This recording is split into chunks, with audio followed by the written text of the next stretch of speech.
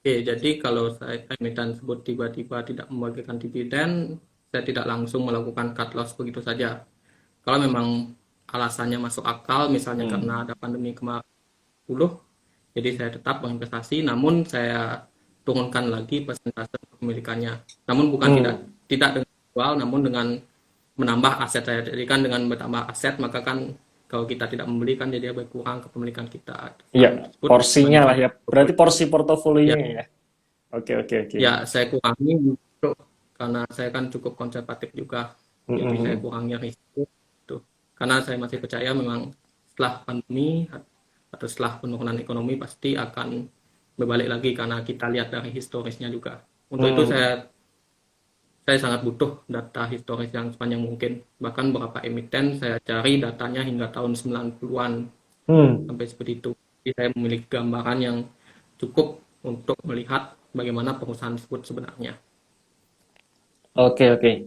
Oke, berarti memang case-case tertentu ketika ketika tidak bagi dividen tidak serta-merta langsung di cut loss tadi ya. Cuman porsi dalam portofolio dikecilin dengan cara membeli saham yang lain seperti itu ya. Wah, menarik nih. Menarik. Jadi apa namanya? Memang tidak serta-merta istilahnya untuk case-case tertentu nggak langsung di cut loss ya. Nah, menarik nih. Nah, berarti nih Mas Edi, kalau seperti itu kira-kira timing untuk masuk gitu. Misalkan kalau seperti yang tadi perusahaan cuti, istilahnya cuti membagikan dividen saat itu kan berarti nggak ditambah tuh. Nah, beli saham yang lain. Nah, pas beli saham yang lain ini kriterianya seperti apa gitu, Mas? Hmm. Kalau kriteria itu kan biasanya saya melihat dividen yieldnya berapa untuk di harga Hmm. untuk di ini dan kemudian saya compare dengan kinerjanya tahun sebelumnya untuk melihat apakah dividen pada hasil yang dibagikan itu wajar apa tidak atau sesuai apa tidak dengan kinerja laba bersihnya. Jadi saya Hmm. bisa dengan itu saya bisa memprediksi di tahun-tahun berikutnya itu dividennya berapa. Jadi dengan itu saya melakukan penilaian mengenai harga wajar perusahaan tersebut dan untuk menentukan kapan saya harus mulai membeli dan kapan juga saya harus mulai taking profit atau menjual Hmm. secara bertahap. Dan saya biasa melakukan pembelian saham secara bertahap, tidak menyeluruh. Karena seringkali ketika harga saham itu turun hingga melampaui batas dividen yield-nya tersebut hingga dividen yield-nya meningkat, maka seringkali harga sahamnya akan bisa turun lebih dalam lagi. Dan juga Hmm. sebaliknya ketika harga saham naik, jadi seringkali harga sahamnya bisa naik jauh melampaui yang awalnya saya tetapkan tersebut.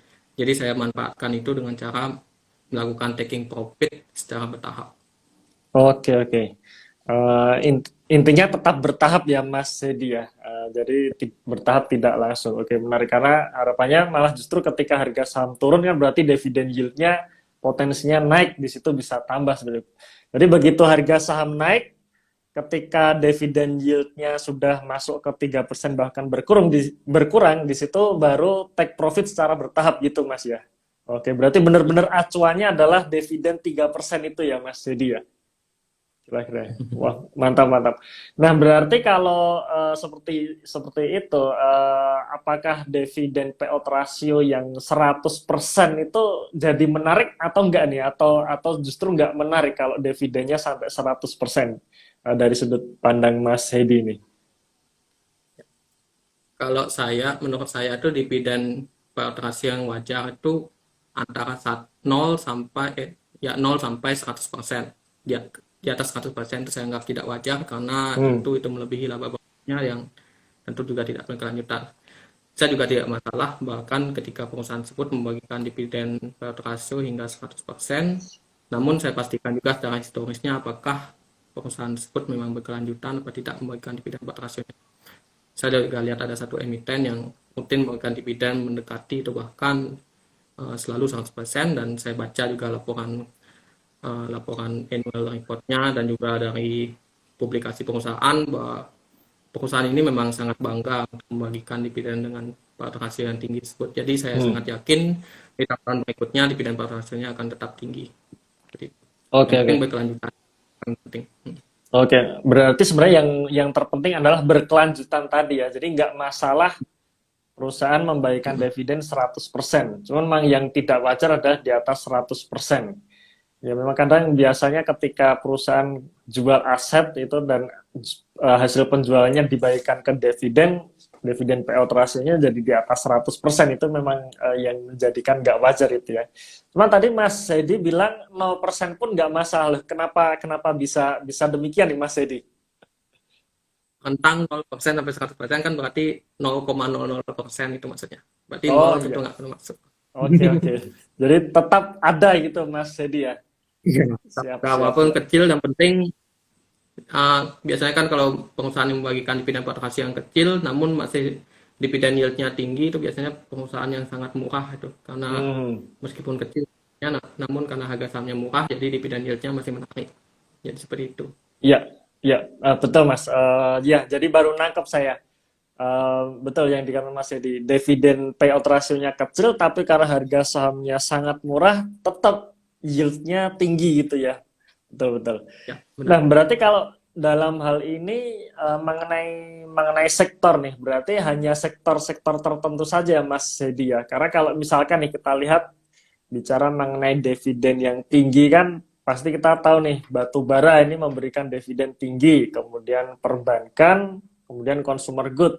Cuman kalau kita bicara mengenai properti ya apalagi konstruksi ya perusahaan-perusahaan yang capexnya besar-besar ini kayaknya sih untuk membagi dividen terutama yang bisa nanti menghasilkan dividen yield 3% ini kan jarang gitu ya. Nah, berarti sektor-sektor tertentu juga nggak dilirik nih ya, Mas Hedi ya. Eh, Kalau memang ada dividen yang menarik dan kalau memang perusahaan yang itu siklikal itu kan bisa dikatakan tidak terlalu berkelanjutan ya sehingga Hmm. risikonya lebih tinggi apalagi jika ketika ada sentimen misalnya harga komoditas itu mengalami penurunan sehingga harga sahamnya ikut menurun begitu pula dengan kinerjanya. Jadi untuk emiten-emiten seperti komoditas ataupun emiten yang sepertinya kurang berkelanjutan untuk dividennya, saya mungkin tetap investasi pada emiten tersebut namun dalam porsi yang lebih sedikit dibandingkan dengan emiten biasa yang dividennya lebih berkelanjutan dan bisa saya prediksi berapa dividen yang akan dibagikan di tahun-tahun berikutnya. Oke, oke. Jadi mungkin lebih Oke. Oh, berarti ini ya, ya berarti justru sektor komoditas seperti batu bara yang memberikan dividen yield tinggi itu justru ini ya, nggak buat Mas Hedi sendiri cukup beresiko, terutama berkelanjutannya tadi. Malah justru porsinya kecil gitu ya, Mas Hedi ya, di dalam sudut pandang Mas Hedi ya. ya, saya tetap investasi namun porsinya lebih sedikit untuk mengurangi risiko tadi itu. Karena Iya. risikonya masih ada namun peluangnya juga ada. Jadi Mm-mm. ketika harga seringkali naiknya sangat tinggi jadi saya masih tetap bisa profit dari itu. Oke, oke. Ya, ya jadi berarti berarti yang istilahnya saya salah mengartikan tuh. Tadi Kak, saya mikirnya wah berarti banyak sektor komoditasnya nih. Ternyata Mas justru enggak ya Mas Edi ya.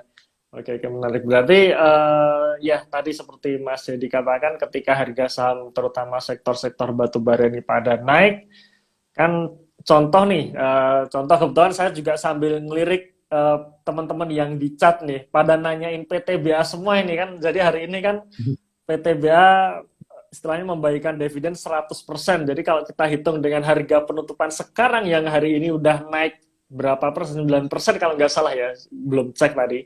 Itu pun masih memberikan dividen yield 15%. Nah itu justru beresiko itu ya Mas Hedi ya, buat Mas Hedi sendiri ya. Seperti itu ya. Atau sebenarnya masih Ya, menarik nih?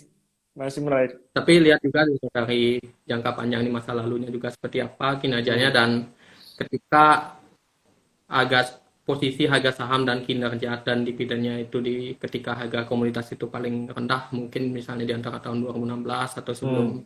pandemi ini saya bandingkan dengan itu jika masih saya rasa murah saya anggap risikonya masih rendah. Mungkin Oke, ada oke. beberapa emiten harga sahamnya tinggi karena harga komoditas naik. Namun Hmm. dari secara historisnya memang emiten tersebut membagikan dividen yang tinggi karena memang entah itu karena murah ataupun karena kinerjanya yang bagus meskipun di tengah penurunan harga komoditas. Jadi saya bandingkan juga dengan saat komoditasnya menurun Hmm. Hmm. Hmm. gitu. Oke, oke. Ya, ya paham. Jadi memang memang tetap histori juga diperhatikan, apa namanya? Apalagi saat istilahnya kondisi ekonomi nggak sedang baik gitu ya. Di situ bisa bisa dihitung apakah beresiko atau tidak. Baik, menarik nih Mas Hedi. Nah, mungkin istilahnya kalau tadi kita bicara mengenai dividen kan berarti metrik-metrik yang digunakan Mas Hedi kan tadi salah satunya dividen payout ratio, kemudian EPS dan sebagainya. Kalau metrik yang lain misalkan itu perlu diperhatikan juga nggak sih Mas Hedi? Misalkan contoh ya seperti debt to equity ratio, kemudian ROE, seperti itu juga perlu diperhatikan nggak nih Mas Hedi? Oke. Kalau dari analisa saham ada beberapa aspek yang saya perhatikan dari aspek risiko, dari aspek kinerjanya secara historis, dan Hmm, aspek peluangnya, peluang bertumbuhnya. hmm, Dan dari risiko, selain dari rasio kepemilikan publiknya, saya juga lihat hmm, dari rasio hutang. Kalau dari rasio hutang, saya hanya melihat rasio hutang jangka panjang dibanding dengan ekuitasnya. Saya hmm, pastikan rasio tersebut eh, tidak lebih dari 50% dari ekuitasnya.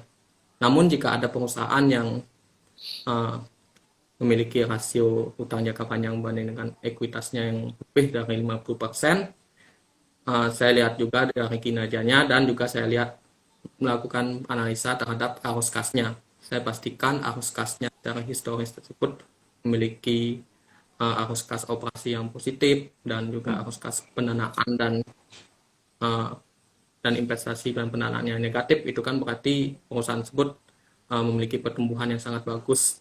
hmm, Jadi tidak masalah jika meskipun hutang jangka panjang yang besar, tetapi jika kondisi arus kasnya bagus, itu tidak masalah. Namun jika hutang jangka panjangnya besar dengan arus kas yang buruk, misalnya arus kas operasinya banyak merah, yang hmm, berarti perusahaan lebih banyak menghabiskan uang ketimbang menghasilkan uang, itu perusahaan yang sangat rentan mengalami suspensi karena gagal bayar hutang. hmm, Ada dua hmm, contoh yang sangat besar, 2020 kemarin, dan sangat populer juga emiten tersebut dan dikatakan hmm. ada value, namun saya lihat hutang jangka panjang yang besar dan alokasinya besar, yang kurang bagus juga. Jadi saya anggap perusahaan tersebut sangat kurang bagus juga. Dan untuk ROE itu saya masukkan ke dalam analisis peluang. Hmm. Jadi jika ROE tersebut saya nilai tidak bagus, tidak masalah, saya tetap investasi dengan normal. Namun jika penilaian saya terhadap ROE tersebut sangat bagus, saya akan tingkatkan kepemilikan saya dibandingkan dengan portofolio saya. Karena peluang untuk pertumbuhannya itu sangat tinggi. Terutama Hmm. jika ROE itu di atas 10% dan setidaknya selama 3 tahun terakhir itu mengalami pertumbuhan ROE tersebut. Saya anggap emiten tersebut merupakan emiten yang sangat bagus, terutama jika dividen yield-nya sangat juga menarik, yang itu berarti perusahaan yang memiliki potensi tumbuh yang tinggi dan juga dengan harga yang murah. Jadi saya lebih banyak berinvestasi pada emiten tersebut dibandingkan dengan emiten biasa yang under value biasa, namun ROI-nya biasa saja. Oke, oke.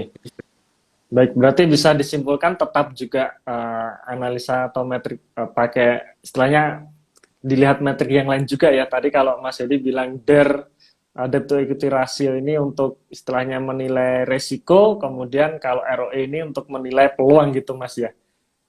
Oke, oke.